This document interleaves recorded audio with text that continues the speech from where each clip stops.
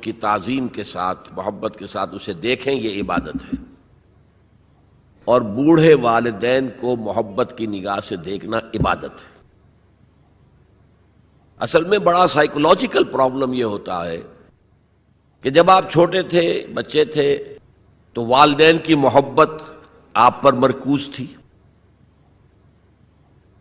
اب جب آپ بڑے ہو گئے، آپ کی اولاد ہو گئی، آپ کی محبت اپنی اولاد پر جو مرکوز ہو گئی، تو ایک محبت کی پیاس والدین میں پیدا ہو جاتی ہے۔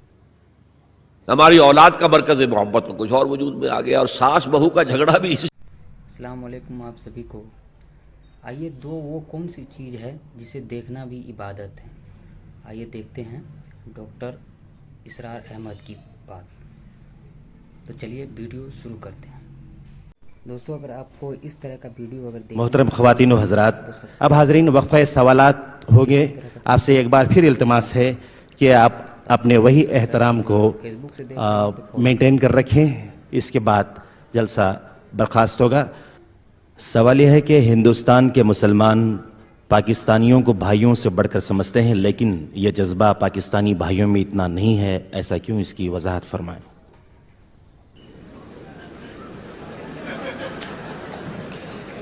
میں پورے پاکستانیوں کی یہاں پر نمائندگی نہیں کر رہا، اپنی بات کر رہا ہوں۔ سوال یہ ہے کہ is it permissible for aged parents to stay with their married sons؟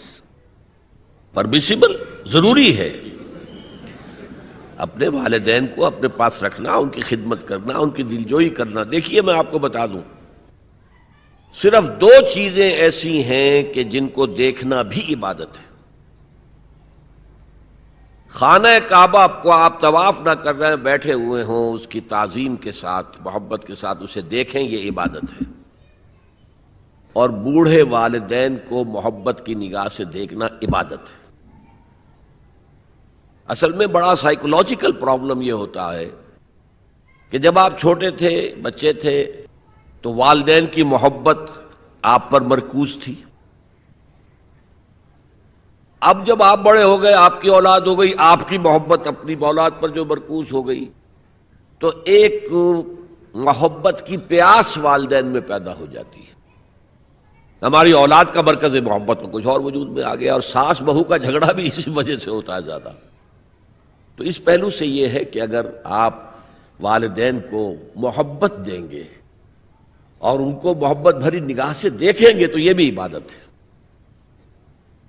سوال یہ ہے کہ آپ کو یہاں بھارت میں مسلم معاشرہ کیسے لگا، اور یہ پاکستان سے کس طرح مختلف ہے؟ کم سے کم یہ بتائیں کہ یہاں مسجدوں کا منظر، نمازیوں کی تعداد، عوام کا رہن سہن وغیرہ اور دوسرے ثقافتی پہلو پاکستانیوں سے کس قدر مشترک اور مختلف ہیں؟ براہ کرم تفصیل سے روشنی ڈالیے۔ مجھے آپ پاکستان واپس جانے دینا چاہتے ہیں یا نہیں؟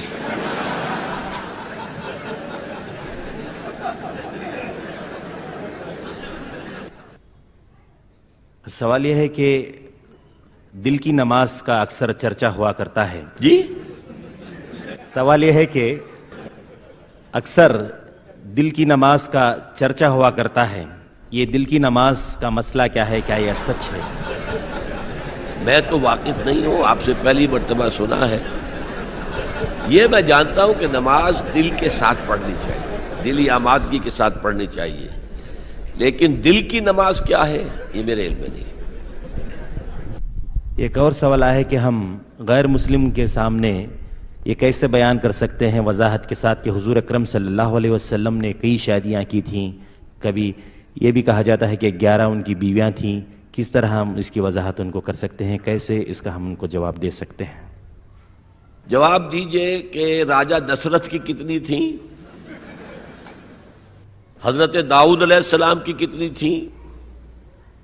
یہ ہر دور کی بات ہے۔ پولی گیمی جو ہے دنیا میں ہمیشہ رہی ہے، ہمیشہ رہی ہے، اور خاص طور پر قدیم زمانے میں جو سردار ہوتے تھے وہ اس لیے بھی شادیاں کیا کرتے تھے زیادہ کہ مختلف قبیلوں سے ان کے رشتے قائم ہو جائیں، تو اس سے یہ کہ سیاسی مصلحت بھی حاصل ہوتی تھی۔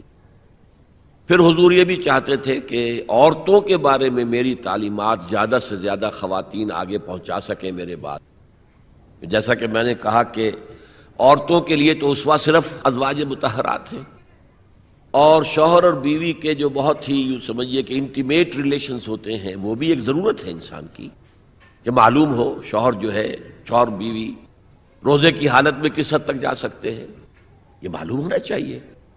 کس سے آگے بڑھیں گے تو روزہ ٹوٹ جائے گا اور کفارہ دینا پڑے گا 60 روزے، تو ہوش ٹھکانے آ جائیں گے۔ لہذا یہ تو ساری چیزیں، جیسے کہ بعض صحابہ نے آ کر عرض کیا حضور سے کہ حضور یہ یہودی ہمارا بڑا مذاق اڑاتے ہیں کہ تمہارا نبی تمہیں بڑی چھوٹی چھوٹی باتوں کی تعلیم دیتا ہے۔ آپ نے فرمایا ان سے کہو ہاں ہمیں تو ہمارے نبی نے طہارت کرنی بھی سکھائی ہے، وہ بھی زندگی کا ایک حصہ ہے، جسم پاک ہوگا تو عبادت ہوگی۔ لہٰذا یہ ساری چیزیں جو ہے وہ اس کے لیے بھی ضرورت تھی، خاص طور پر حضرت عائشہ کے ساتھ اس کے ینگ ایج میں شادی کی سب سے بڑی غرض و غایت، کیونکہ انہیں اتنا عرصہ ملا پھر بعد میں، اور وہ معلمہ امت بن گئیں، اور وہ جو فقہائے صحابہ ٹاپ کے ہیں ان میں ان کا شمار ہے۔ اس اعتبار سے عبداللہ ابن مسعود ہیں، حضرت عمر ہیں، حضرت علی ہیں، یہ ہے فقہائے صحابہ، اور ان میں ہی حضرت عائشہ صدیقہ رضی اللہ تعالی عنہ کا نام بھی۔